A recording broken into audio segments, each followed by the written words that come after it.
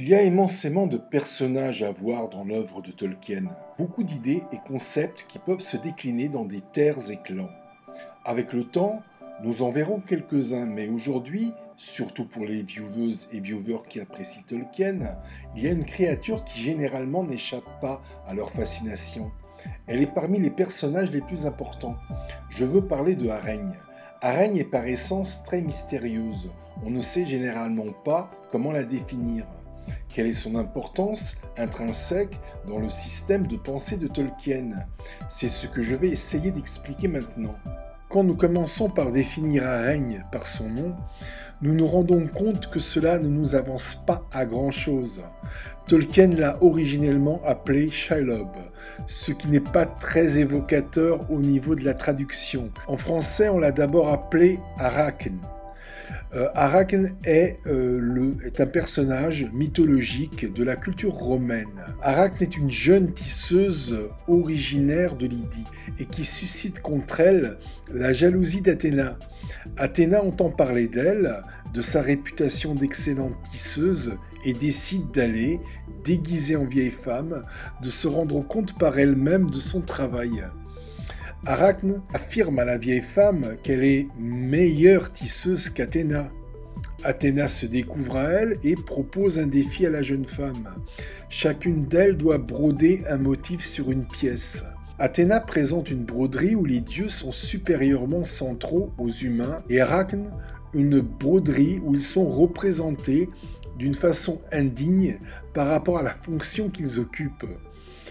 Athéna détruit la broderie d'Arachne qui, à cause de cela, se suicide en se pendant. Athéna ressuscite Arachne en araignée qui, pour survivre, est obligée de tisser sa toile. Le mythe en lui-même symbolise un individu qui exploite mal ses qualités et à qui il est donné un contexte pour les apprendre. Tolkien est un philologue qui, dans son étude des anciennes langues, s'est intéressé à des mots employés à un niveau initiatique et donc qui appartiennent à un langage très docte. On sait bien que les lectures qui l'ont inspiré sont à tendance mythologique comme l'Edda, la Volsunga, Beowulf et même très certainement les contes d'Ossian. Mais ces références restent encore très superficielles. Rappelons que dans la mythologie juive, les elfes correspondent aux chérubins. On peut définir les elfes comme étant les représentants de la perfection humaine. Dans elfe, il y a El qui se traduit par déité. Ce sont des esprits de la nature qui ressemblent aux hommes, mais en plus parfait. Nous avons dans la mythologie de diverses civilisations des elfes qui reviennent à la surface et qui ont pour mission d'aider les hommes à s'accomplir. Ce qui est très particulier à la mythologie de Tolkien, c'est que les elfes, au-delà d'être les personnages centraux, le sont aussi par leur culture. Le Seigneur des Anneaux peut, dans ce sens, être considéré comme le livre des elfes. À partir du XVIIIe siècle, il y a eu une mise en page des poèmes d'Ossian à partir d'originaux et de traductions orales. Il y a un certain intérêt à considérer les textes de Tolkien comme un apport du XXe siècle à ce mouvement aussi. Avec Tolkien, nous avons un système de langue appelé par lui-même elfique, qui m'est extrêmement cohérent. Il s'agit d'un mélange de latin, grec ancien et finnois, entre autres. Beaucoup de références à la vie des elfes chérubins sont déjà dans l'Ancien Testament. Nous y retrouvons les pierres fines qui sont chères aux elfes, mais aussi les arbres au pouvoir initiatique comme l'arbre de vie et de la connaissance. Et puis il y a aussi sous-jacente cette question de l'or. Des mots comme une Golianthe ne peuvent se comprendre que dans le contexte de leur propre histoire et de quelle façon ils servent le déroulé de celle-ci. Avant même d'inventer tout le scénario de la Terre du Milieu, Tolkien invente le langage des elfes. Le premier s'appelle l'Eldarin, d'où découle le Sindarin et le Quenya. Tolkien se pose là comme un véritable philologue, mais il va plus loin. Il se considère comme traducteur et adaptateur de ses œuvres. On n'est pas loin de s'apercevoir qu'il considère que les elfes existent et qu'il est un intercesseur entre eux et les hommes. Dans Tolkien, ce sont les elfes qui leur ont enseigné le langage.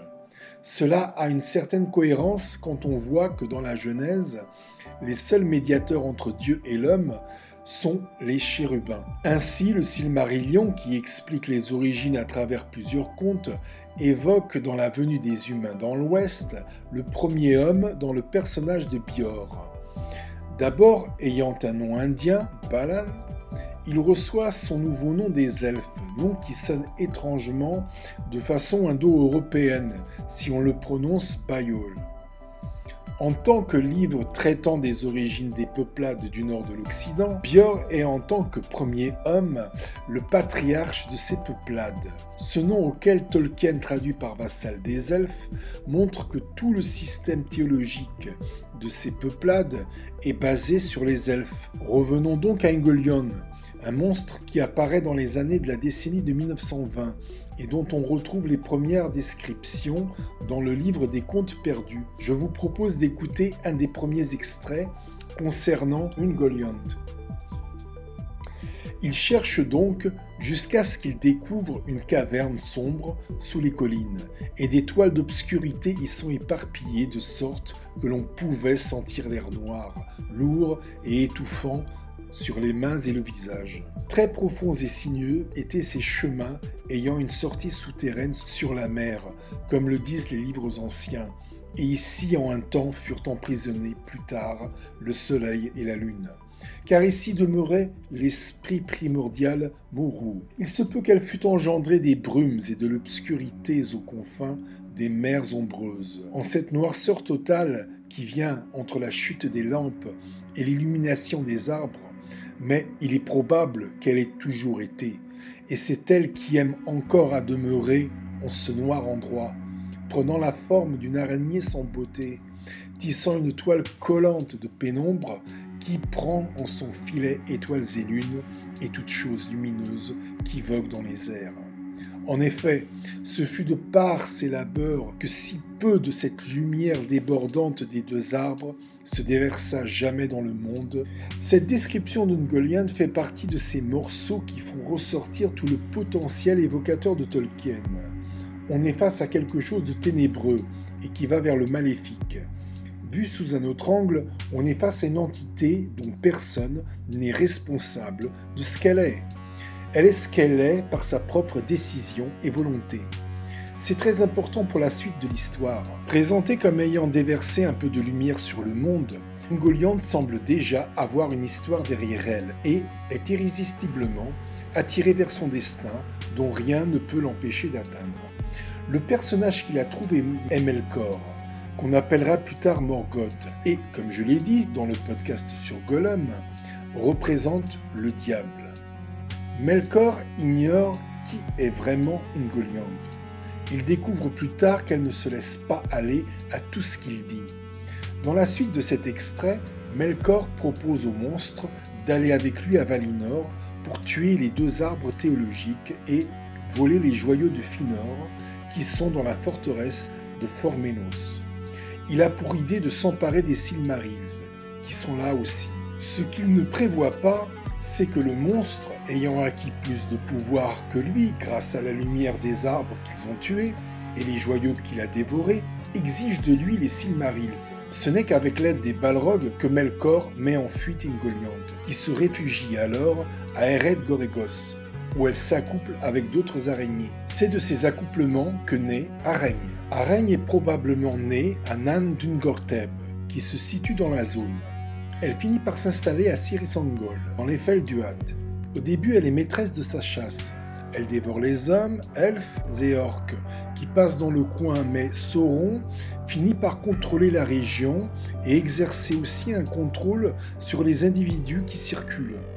Araigne est alors au pouvoir de Sauron qui se sert d'elle. Il la laisse plus ou moins avoir faim pour l'affaiblir ou lui donner de la férocité, et lui envoie ses indésirables, avec des émissaires qui assistent au spectacle qu'elle donne. Sauron se fait alors raconter par eux ce qui s'est passé. Sauron se sert de Araigne pour garder son territoire, qui est le Mordor. Araigne se charge des ennemis qui n'entrent pas par la grande porte. Les chemins qui mènent au Mordor sont peu nombreux, et Araigne est située là où il faut.